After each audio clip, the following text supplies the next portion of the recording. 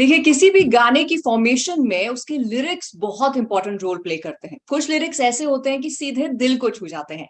आज पंजाब केसरी नवोदय टाइम्स में हमारे जो खास मेहमान हैं वो ऐसे ही लिरिसिस्ट हैं जो अपने जज्बातों को लिरिक्स के जरिए अपने गानों में बयां करते हैं और बहुत ज्यादा लोगों को पसंद भी आते हैं।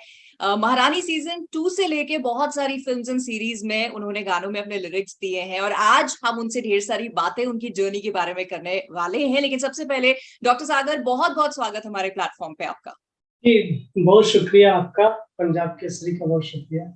जी, तो अभी जो लेटेस्ट काम है आपका जिसकी बड़ी चर्चा हो रही है, बड़ा पसंद कर रहे हैं लोग, उसी की बात करते हैं, महारानी सीजन 2। तो जो रिव्यूज आ रहे हैं, जो फीडबैक आ रहा है, गाने बड़े लोग पसंद कर रहे हैं, यूट्यूब में आगे उसे फॉरवर्ड कर रहे हैं, तो कैसा महसूस कर रहे हैं आप? जी, बहुत अच्छा लग रहा है क्योंकि अ जो वेब सीरीज़ है ये महारानी है, ये ख़ास तौर से इसकी ज़मीन चूँकि यूपी बिहार की, ख़ास तौर से बिहार की है और मैं लोक जीवन से जुड़े हुए गीत लिखना पसंद करता था, शुरू से ही लिखता रहा हूँ।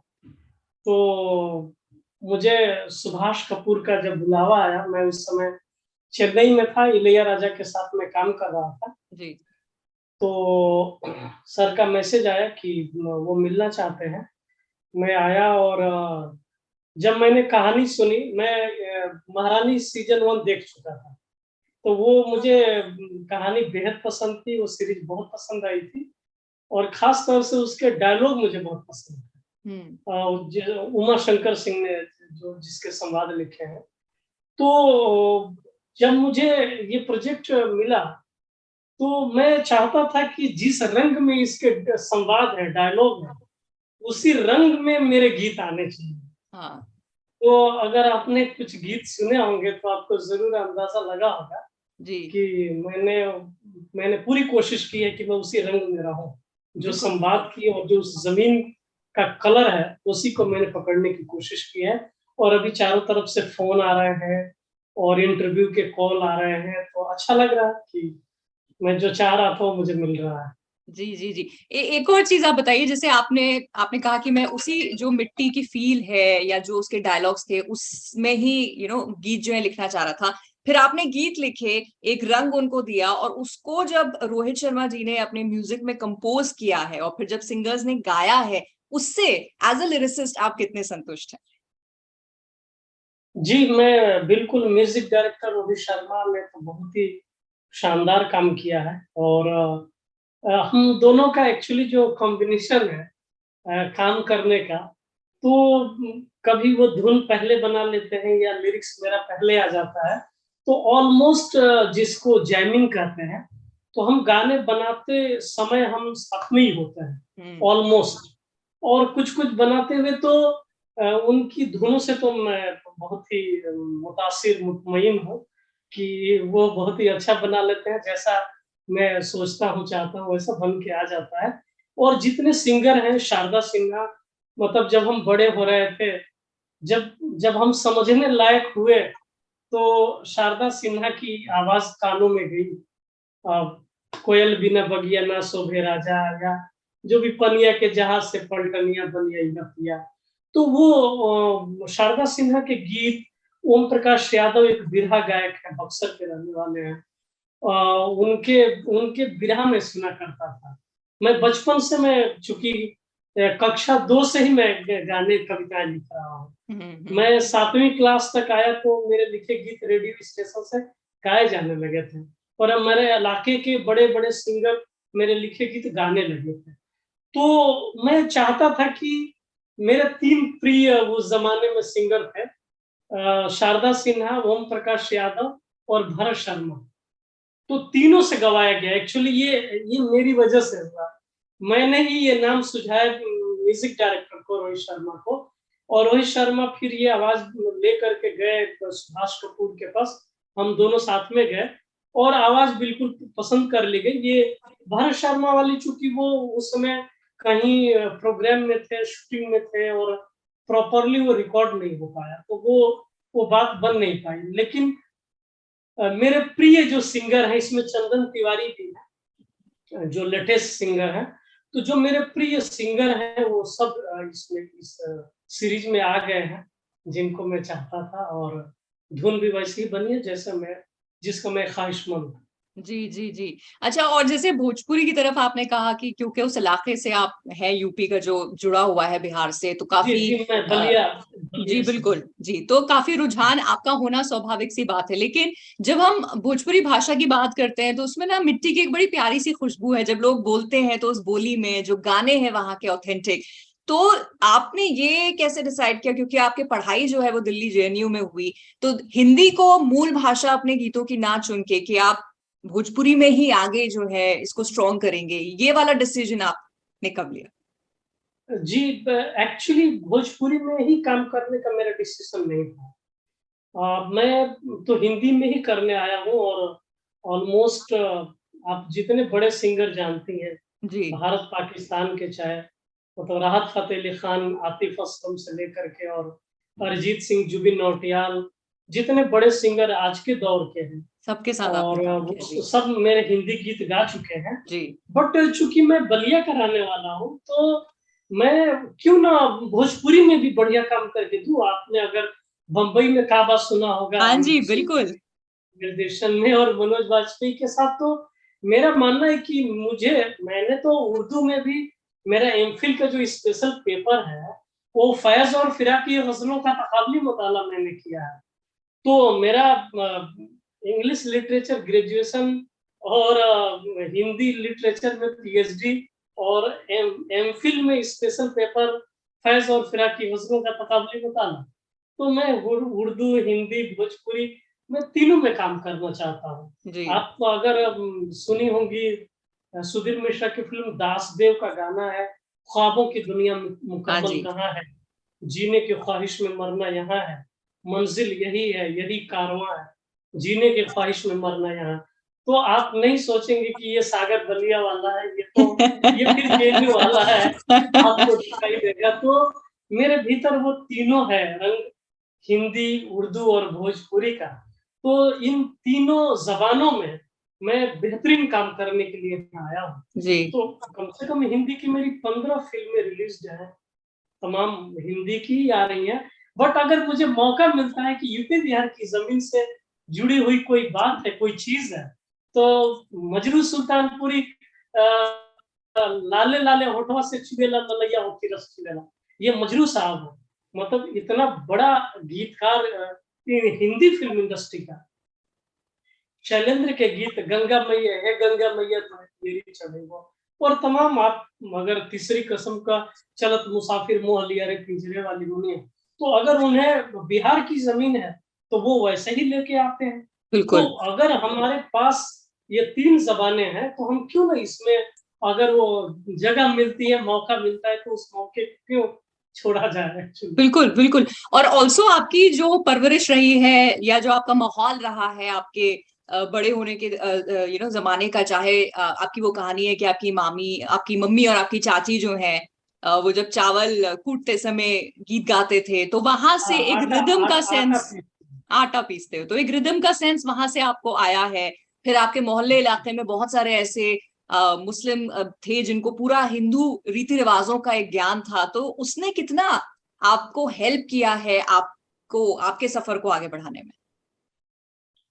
जी, मतलब मैं समझता हूँ कि जो हमारा परिवेश होता है, हमारा जो एनवायरनमेंट होता है, उसकी बहुत बड़ी भूमिका होती है इंसान को बनाने में। वो ना सिर्फ़ गीतकार, बल्कि किसी भी विधा में हमारा परिवेश बहुत मानीखेज़ होता है। तो ये ख़ास तौर से चूँकि मैं भोजपुरी के गीत लिखता था बचपन में, मैं जेएनयू में पीएचडी तक मैं भोजपुरी लिखा हूँ। मैं हुँ, मुंबई में पहली बार आके, मुझे पहली फ़िल्म मिली थी 2012 में, ये स्टूपिड प्यार, तो पहली बार मैं हिंदी में कुछ लिखा, और मैं जानता नहीं था, मेरे दोस्त भी बोलते थे कि तुम भोजपुरी में बहुत अच्छा लिखते हो। इवन मेरी एक भोजपुरी कविता पे केदारनाथ सिंह ने हिंदुस्तान में आर्टिकल भी मेरे ऊपर लिखी, शहरों में जीवन की लय। मैंने एक कविता पढ़ी थी, काहे कविता, तो उसपे उन्होंने एक आर्टिकल हिंदुस्तान में लिखी थी मेरे ऊपर, और मतलब आप मुझे कहने में शर्म भी आ रही है कि नागार्जुन, त्रिलोचन और करिश्मा रेणु का, मतलब लोक जीवन के जो बड़े रचनाकार हैं, उस फहरिस्त में कहीं मुझे उन्होंने मेरा जिक्र किया है कि जो मिट्टी से जुड़े हुए रचनाकार जी हैं, जी। उसमें मेरा भी नाम शामिल किया है उन्होंने, मेरा जिक्र किया है। तो हमारे गांव में हिंदू, मुस्लिम, ईसाई तीनों हैं। तो मतलब ईसा मसीह पर भी जो फ्राइडे को जो गीत गाए जाते थे कि मरनवा भइले शुक्र दिनवा, तो वो भोजपुरी में ही गीत गा रहे हैं ईसा मसीह के ऊपर। और वहाँ बाइबल भी भोजपुरी में है। मैं भी चूँकि मेथोडिस्ट मिशन स्कूल से मैंने पढ़ाई की है। जी। मैं क्रिश्चियन स्कूल से मेरी स्कूलिंग है, जो मेरे गाँव का क्रिश्चियन स्कूल है। तो तीनों जो धर्म है, मज़हब है मेरे गाँव में, तो सबका कुछ मिला-जुला है और सब अलग-अलग तरह से गीत गाते हैं। तो ये जैसे मैं 4 भाई हूँ, तो ज़रूरी नहीं कि मेरे दूसरे भाइयों को भी उससे कनेक्टिविटी बने। तो मुझे लगता है कि किसी-किसी का कनेक्शन बन जाता है और बिल्कुल। वो बन जाता है तो वो उससे सीखना शुरू कर देता है। तो बचपन से मेरे गीतों के प्रति जो झुकाव रहा, खास तौर से औरतें ही गीत गाती थी। हम्म। शादी विवाह और तमाम जो तीज त्योहार पर्व, गंगा नहाने जाती थी, तो मैं 50 किलोमीटर दूर, मेरा गांव जो है बलिया शहर से 50 किलोमीटर दूर है, तो मैं पैदल उनके साथ साथ 50 किलोमीटर बचपन में गया हूँ गंगा नहाने। और वो गुरुचरण मिलेला बड़ी भाग से, मतलब वो सारे गीत मुझे आज भी याद आते हैं। तो मुझे लगता है कि इन इन तमाम ये ये जो माहौल है, जो हाँ। सिचुएशन, जो परिवेश है, इसका मुझे बनाने में इसकी बहुत बड़ी भूमिका है। बिल्कुल बिल्कुल। और एक और चीज है सागर जी की, आपके जो गीत हैं, जो बोल हैं, उनमें जो समाज का एक रिबेलियन है ना, वो बहुत निखर कर आता है। तो उस वो मोटिवेशन आप कहाँ से लेते हैं? आप बहुत ऑब्जर्वेंट हैं कि जो हो रहा है आसपास उसको देखते हैं, फिर उनको बयां कर देते हैं अल्फाजों में? बिल्कुल, मैं तो कहा भी करता हूँ कि मतलब एक तरह से हम जो जिस परिवेश में भी मैं पैदा हुआ, तो एक मेरा संघर्ष वाला परिवेश रहा है। मैं बचपन से ही संघर्ष करता रहा और इतना ज़्यादा किया कि मेरे आसपास का जो माहौल है, संघर्षरत जो लोग हैं, जो समाज है, उसको मैं बचपन से देखता रहा हूँ। मैं खेतों में काम किया हूँ, खेतों में धान रोपना और जो भी गाँव से जुड़े हुए जो श्रम है, उस श्रम में मैं शामिल रहा हूँ। तो वो तमाम संघर्ष मैंने मिट्टी के देखे हैं, लोगों के देखे हैं। एक-एक पैसे के लिए और कम पैसे के बगैर लापरवाहियों में जाने गई हैं हमारे आस-पास के लोग। तो वो बचपन से एक दृष्टि बन जाती है, एक नज़र तैयार होती है हमारी बचपन से ही। हमें शायद मैं सोचता हूँ कि मैं शहर में पैदा होता तो पता नहीं ये नज़र मुझे मिलती कि नहीं। वो हम्म। ऐसा नहीं है कि जो शहर में पैदा हुए, जैसे साहिल लुधियानवी तो गाँव में नहीं पैदा हुए, वो तो बहुत ही एलीट घर में पैदा हुए हैं। और शैलेंद्र भी कोई गरीब फैमिली में पैदा नहीं हुए हैं।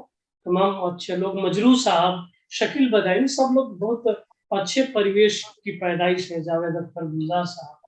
तो ऐसा मैं नहीं कह रहा हूँ कि ये नज़र, लेकिन मैं जिस नज़र से देखता हूँ और शायद मेरे गीतों में जो चीज़ बम्बई में काबा में अगर सुनती है कि सुनी होंगी कि यह समाज में देखा कितना ऊंच-नीच के भेद हवे और उनका खातिर संविधान में ना कोनो अनुच्छेद है।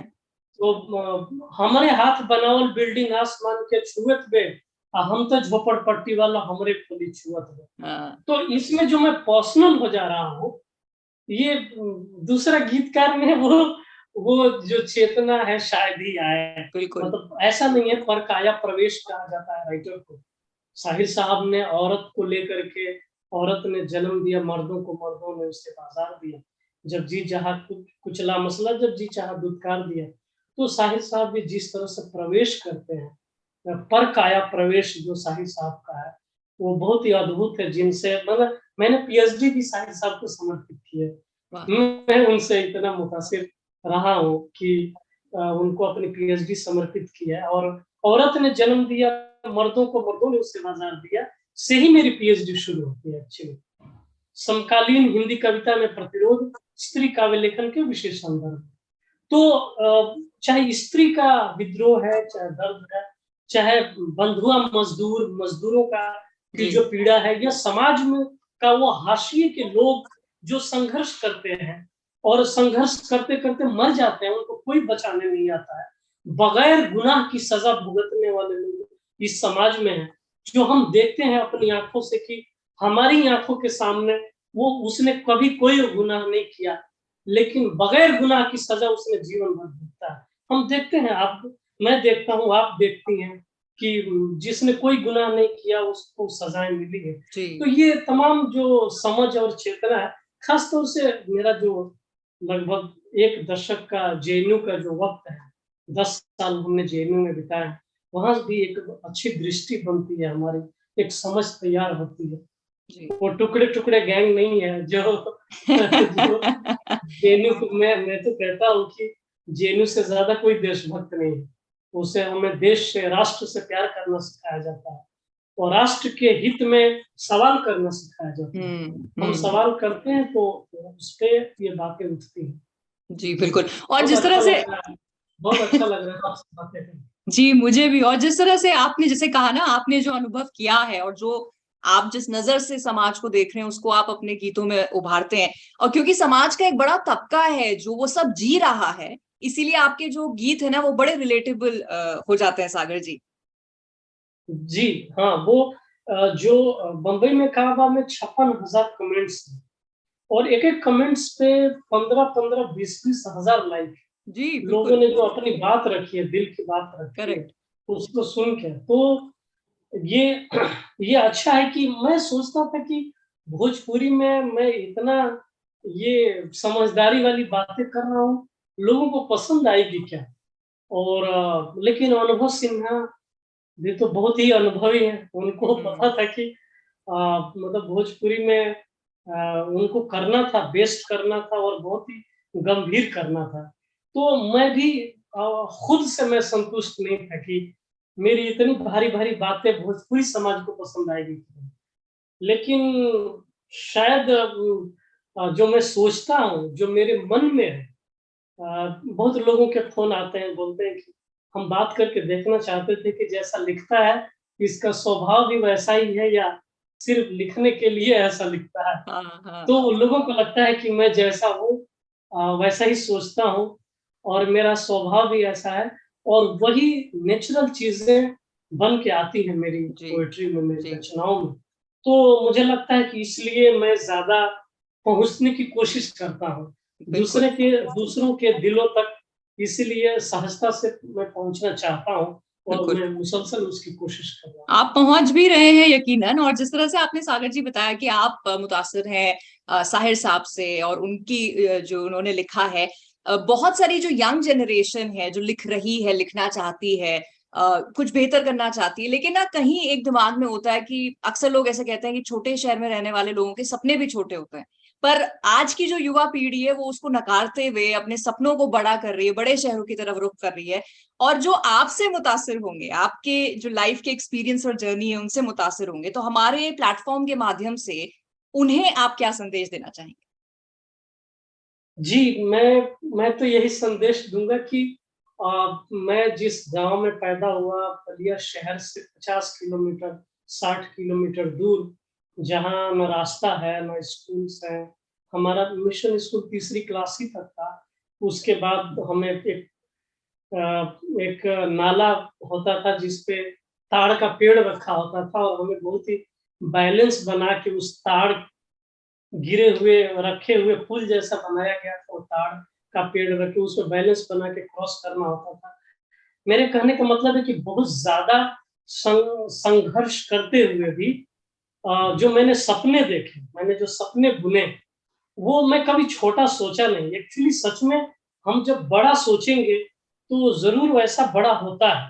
हम्म। मतलब मैं कहता था कि भारत के टॉप यूनिवर्सिटी में पढ़ने जाऊँगा तो मेरी सराउंडिंग में जो लोग थे हँसते थे और बोलते थे क्या फालतू की बातें करते हो और पहले अपने रहने का, खाने का कोई तुम्हारे पास कोई इंतज़ाम नहीं है और बड़ी-बड़ी बातें करते हो।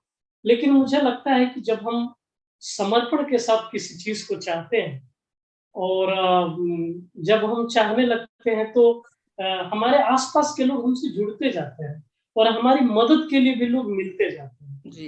तो मैंने सपना देखा और मैं बीएचयू और जेएनयू भारत के 2 टॉप यूनिवर्सिटी में मैं पहुँचा। और उसके बाद मुंबई आना चाहता था, लेकिन बिना नौकरी के नहीं आना चाहता था। एक्चुअली फाइनेंशियल बैकग्राउंड मेरा नहीं था, बिल्कुल ही ज़ीरो था। तो मैं कोई रिस्क नहीं लेना चाहता था। मेरे से जुड़े हुए मेरा एक 15-16 मेंबरान का परिवार है, तो उसका कमाने वाला भी मैं ही अकेला हूँ। तो मैं कोई रिस्क नहीं लेना चाहता था कि मैं उस घर से निकला हूँ तो मैं नौकरी करूँ, पैसे कमाऊँ और सबसे पहले मैं अपनी फैमिली को, अपने भाइयों को और पूरे परिवार को सँभालूँ, पेरेंट्स को। तो मैं इसीलिए मैं पीएचडी कर गया एक्चुअली, नहीं तो गाना लिखना तो मुझे बचपन से आता था। मैं थोड़ा अच्छा बैकग्राउंड का होता तो मैं बहुत पहले आ गया होता और शायद मैं और भी बेहतर कर सकता था, लेकिन मैं अपने एक सुरक्षा के लिए तो मैं अपने जो चाहने वाले हैं, मेरे जो गीतकार बनने वाले हैं या जो कला से जुड़े हुए हैं, उनके लिए तो मैं यही कहूँगा कि अपनी तैयारी खूब करनी चाहिए। बहुत रेस्टलेसनेस होनी चाहिए, बेचैनी होनी चाहिए। बिना मेहनत के, बगैर बेचैनी और रेस्टलेसनेस के कुछ नहीं होता है। हमने बहुत ज़्यादा संघर्ष किया है यहाँ पे पहुँचने के लिए, तो ज़्यादा से ज़्यादा पढ़ाई करना और अपने फाइनेंशियल बैकग्राउंड के लिए रास्ते देखना, ताकि हम मुंबई में टिक सकें और यहाँ रह कर के काम कर सकें। ये बहुत ज़्यादा चैलेंजिंग है, जब हम बहुत परेशानियों में और संघर्ष करते हैं, तो हमारी क्रिएटिविटी पे बहुत असर पड़ता है। जी। तो मेरा बस यही संदेश है कि संदेश क्या कहेंगे, ये है मेरा एक सुझाव है, संदेश थोड़ा बड़ा हो जाएगा। लेकिन जो भी हाँ, हाँ, हाँ, जो भी चाहते हैं वो मेरी तरह से छोटी जगहों से, छोटे गाँव से, छोटे शहरों से निकल कर के और बड़े शहरों में ही उम्मीदें हैं और यहीं पे अपने हम ख्वाबों को मुकम्मल कर सकते हैं। बिल्कुल। तो ज़रूर आना चाहिए बड़े शहरों में, दिल्ली में, मुंबई में, ये जी। सब हमारे उड़ान की सबसे अच्छी जगह हैं। बिल्कुल, बिल्कुल। बहुत-बहुत धन्यवाद आपका। और यकीनन मुझे लगता है आपने जो बात कही है वो जितने सुनने वाले हैं, जो ऐसी एक अपेक्षा रखते हैं कि वो भी बड़े शहरों में आके अपने सपना पूरा करें, उसे वो ज़रूर अमल में लाएँगे। एंड डॉक्टर सागर, बहुत ही अच्छा लगा आपसे बात करके एंड बहुत-बहुत धन्यवाद आपका इस इंटरव्यू के लिए। बहुत शुक्रिया आपका। Thank you thank so you, much. Thank you.